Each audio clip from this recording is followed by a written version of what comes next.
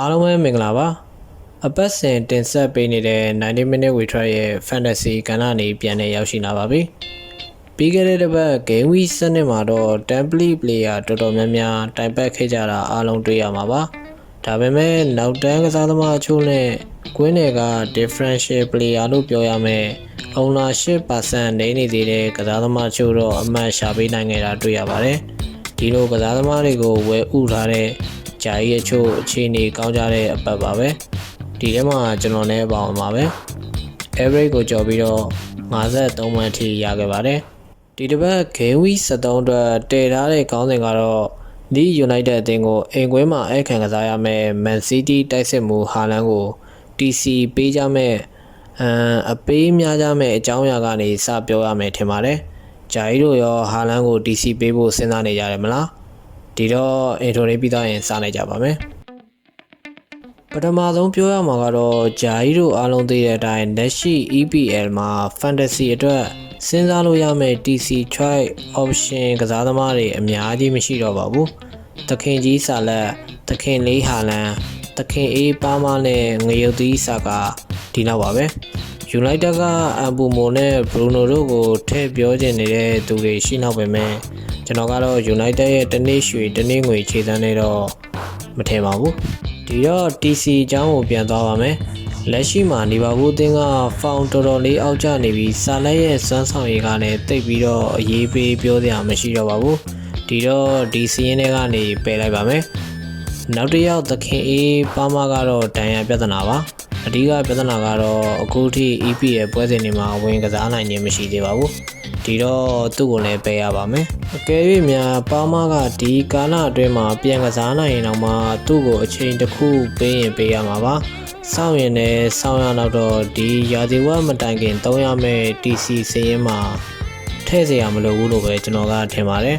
ဒီတော့စည်ရင်မှာကြံနေတဲ့သခင်လေးဟာလန်နဲ့ငရုတ်သီးဆာကာတို့ကိုပုံမှန်ကျွန်တော်နှိုင်းရှင်ပြထားပါတယ်ကျွန်တော်ကတော့ဟာလန်ဘက်နေတာနေတာဆိုတော့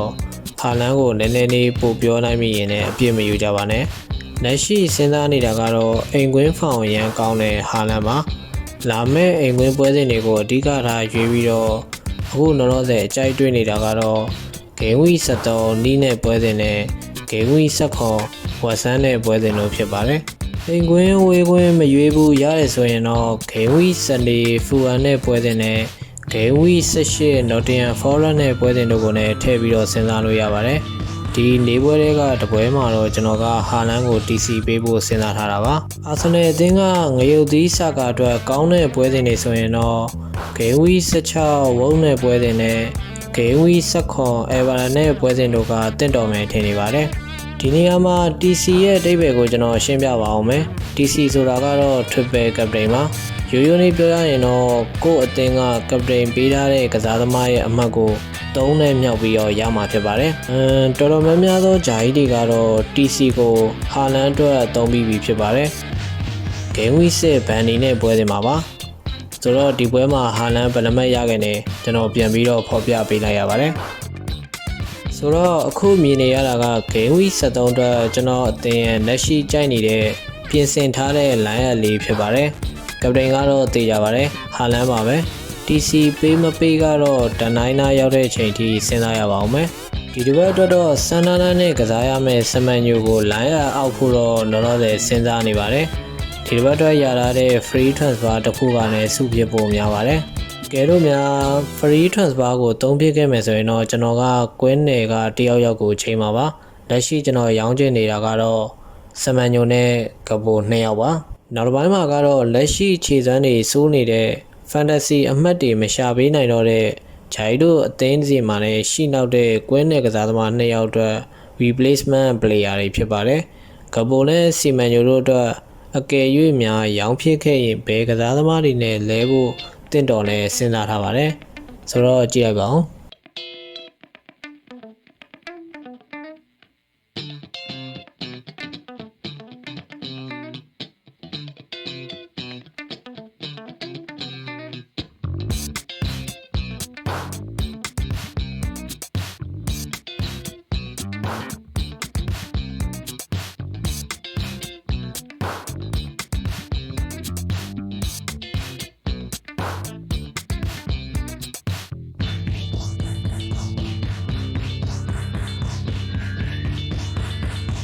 ဆိုတော့ target fisher တွေပြောရမယ့်အနေရောက်ပါပြီ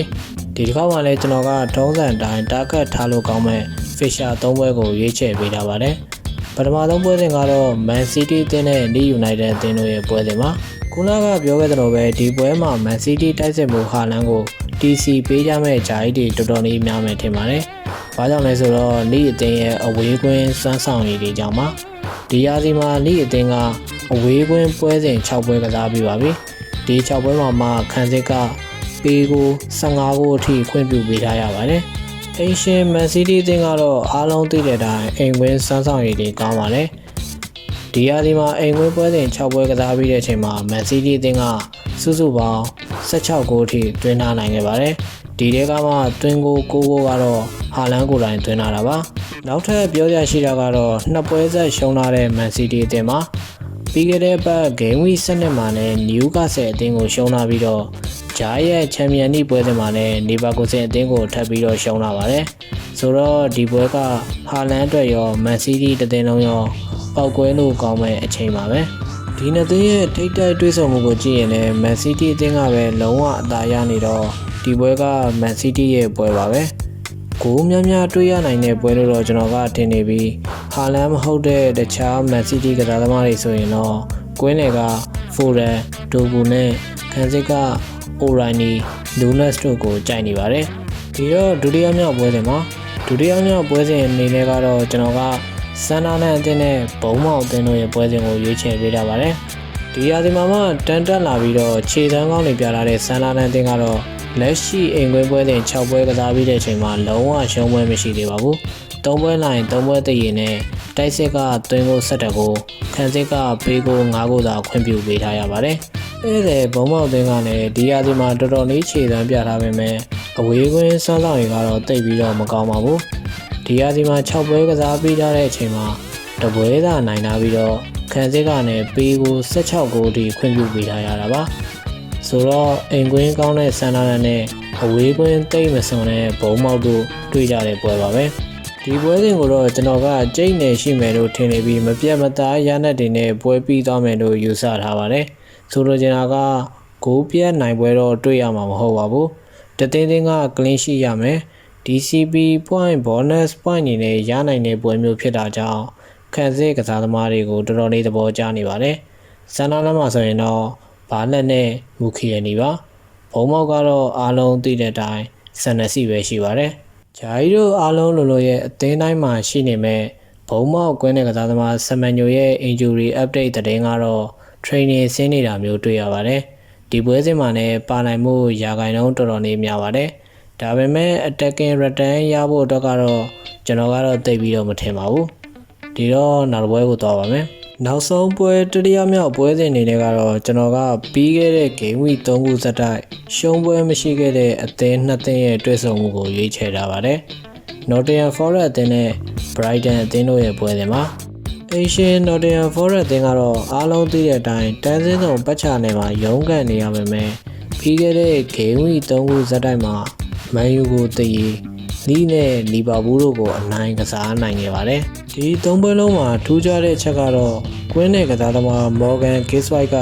တွင်းကို3ဂိုးရထားခဲ့တာပါ။စောင့်ကြည့်ရမယ့်ကစားသမားဖြစ်လာပြီးတော့စဉ်းစားရပါပဲ။အဲ့ဒီ Brighton အသင်းကလည်းပြီးခဲ့တဲ့ game week 3ခုစတိုင်မရှုံးခဲ့ပါဘူး။လီနဲ့ Brentford တို့ကိုအနိုင်ကစားခဲ့ပြီးတော့ Crystal Palace အသင်းကိုဂိုးမရှိသေးကြခဲ့တာပါ။ဒီ Brighton အသင်းမှာလည်းထူးခြားတဲ့အချက်လို့ပြောရမလား။နောက်ပိုင်းပွဲစဉ်တွေမှာခြေစွမ်းပြလာတဲ့တိုက်စစ်မှုဝက်ဘတ်နဲ့ကွင်းနဲ့ကစားသမားမီတက်တို့ကလည်းစောင့်ကြည့်တဲ့စည်ရင်းထဲမှာပါနေပါတယ်။ထိပ်တိုက်တွေ့ဆုံမှုကိုကြည့်ရင်တော့ပြက်ပြက်သားသားရနိုင်မျိုးမတွေ့ရပါမယ်။မနစ်က Nottingham Forest အသင်းရဲ့အိမ်ကွင်းမှာ